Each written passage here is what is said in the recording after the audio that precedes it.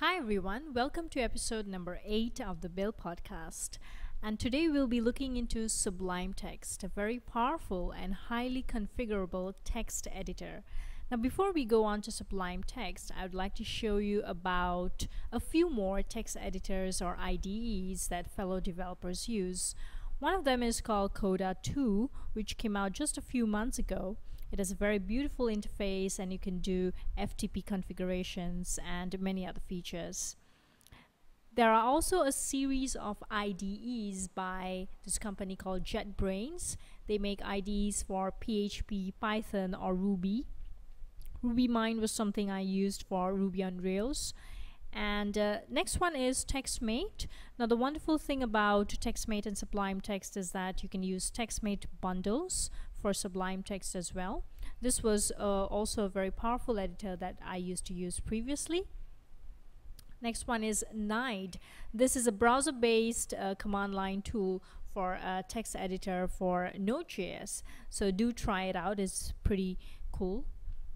And lastly, it is Vim, which can be fired up using the terminal in command line, and it is available in a Unix-based system. And apart from that, I also wanted to show you a list of text editors which is compiled by Wikipedia, just to let you know that seriously the option for a text editor are really countless.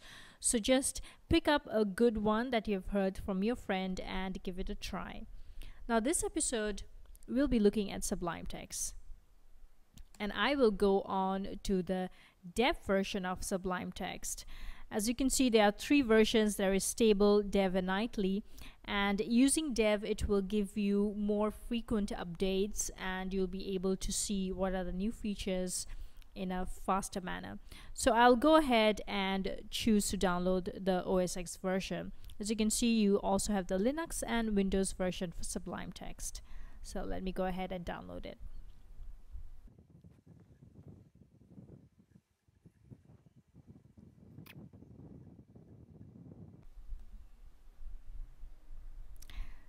So I will open up Sublime Text now.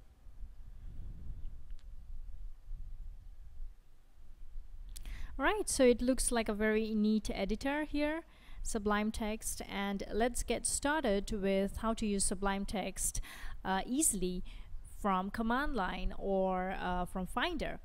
Now if we go and Google here Sublime Text command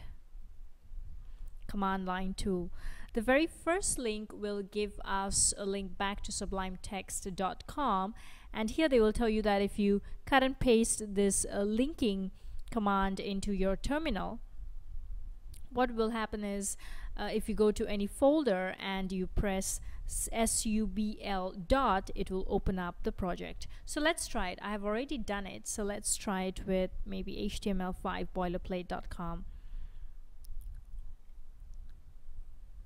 So I'm gonna download a copy of this on the desktop. Alright, so in my desktop now I have H5BP. So let me go inside H5BP, and all I need to do is subl and then dot to open up the entire folder structure inside Sublime Text. The other very cool thing that I find useful is, let me open up the Finder, is I have this little utility Sublime Text in the Finder that I can also click and it will open up inside Sublime Text. So you can fire up Sublime Text projects either using command line or using the Finder. I will give you this link to the Finder trigger of the Sublime Text. Alright, so next we will go on to look at some of the themes or rather color schemes for Sublime Text. So let me go ahead and open up style.css. So in Sublime Text, if the font size is too low, we can just put command equal or rather command plus or command minus to a font size that we're happy with. So let's go ahead and look at the various themes. Under preferences, if you go to color scheme, let's try some of them. So this is a different color scheme we have. Preferences, color scheme. Let's go to Eiffel and see how it looks like. Right, so this basically gives you various ways of color. So I do like Monokai Bright, so that when I highlight it, it's very obvious. So this is a way you can choose different color schemes in Sublime Text. The other thing is settings. If you go to settings default, we will see a JSON-like format for the various settings for Sublime Text. For example, you have tab size equals to 4, translate tabs to spaces false. Now what if I want to overwrite it? Of course you can go ahead and edit this file, but a better way will be to actually go to the settings user and change it right there. As you can see here, they have already added the color scheme and font size because I was changing it. So let me go ahead and add a few more. Translate tabs to spaces. So I'm just going to put comma and put it here and put it true. Trailing comma. So the last one should not have a trailing comma. And tab sizes to, let's say, 2. Alright, so this is how you can overwrite the default settings and have your own set of preferences here in Sublime Text. Right, so that's about preferences. Now let me go on to an interesting thing called package control, and this is how you'll be able to easily install various plugins for Sublime Text. So I'll go to Sublime Text install package control, and when we Google that, the very first link will bring us to Wilbon's website, and when we click install, it will give us this little Python snippet that we will cut and paste in the console inside Sublime Text. So how do we do that? We will go to view and then show console, and I'm going to copy this and paste it right here and enter.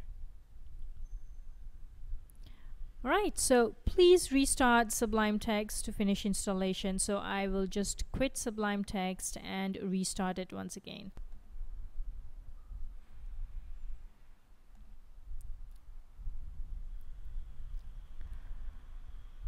Alright, so let me just make sure that I always have it on my dock.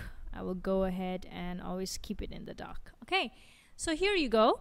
After this, if you want to install a package, we'll do Shift Command P and then we press install packages. And once we do that, we'll have a very nice interface of so many packages installed. Now before we install the package, I would like to show you where to access the folder for all the packages. You can do that from preferences and then browse packages. And over here you will see various packages that are already installed here. So let's go ahead and install one package, one of the useful packages. So what we'll do is, once again, Shift Command P, and then we'll do install package, and let us install Zen Coding. Okay, Zen Coding allows us to quickly churn out a lot of HTML with some shortcut. So for example, a div, inside the div I have a UL, and inside UL I have maybe 10 LIs. And after this, all need to do is just press tab, and yes, I have a lot of list items. So Zen Coding is one of the plugins that we can install, but of course if you go and Shift Command P, install packages, we will see a lot more useful one. I will also link to the show notes about some useful packages to install. Let us now go to some useful selections and settings inside Sublime Text. So if we do Command P, it is a very useful way of accessing files very easily. Command P once again, and we can easily go to Git attribute or other files here. Okay, the next thing is, if we go to Option Command 2, it will split the screen into two, and here we can see side by side two files of coding, so it gives us a very neat interface here. If we do Shift Option Command 3, it will split into 3 and so on. So Option Command 1, I will go back. Next, let's finally go on to some selections, and for this we will go to style.css. So selections is a very powerful feature for Sublime Text. So let us choose this word called background, and let me just click it once, and if I do Command D, it will choose the next background. Now notice I will have my cursor multiple times. So what you can do is you can actually start editing it. Right, and it will all edit at the same time. Of course, I will leave it to background. So let's do it. I'll go and select it once, Command D, Command D. What if I do not want the third background on this file to be selected? So all I can do is Command K, then Command D. And here you have selective. Out of all the background words, you can select which background to edit, and here you go. The other useful thing that I find is, let me click once, and if I go to Command left, it will take my cursor to the left hand side right here, and of course if I go to Command right, it will take me back right to the end. The other useful thing that I find is, if I go Command L, it will actually choose the entire line. If I go Command L, L, L, L, it will continue choosing the next few lines. Another useful selection is, let's say I choose a cursor here. If I do Shift Command Space, it will choose the scope. If I press it again, it will expand the scope until it's the entire page.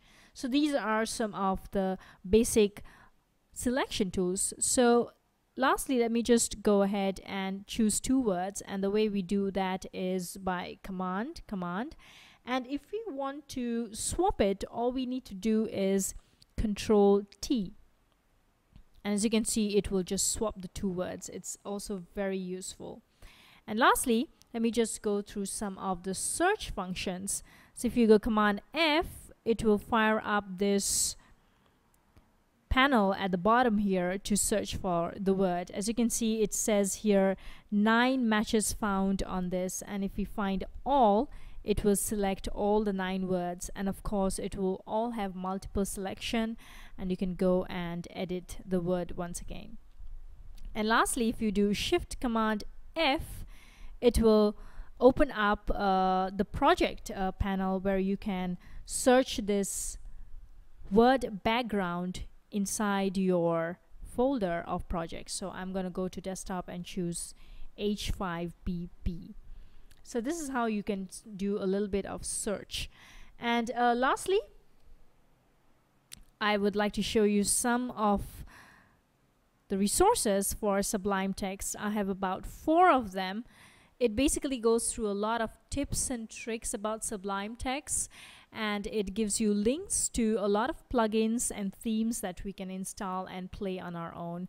For example, this link on NetTuts Plus, it gives us some of the suggestions and package control, alignment, Vim Fanatic, distraction free, and this one from Rocket Theme also goes through a lot of plugins and packages that we can install for Sublime Text.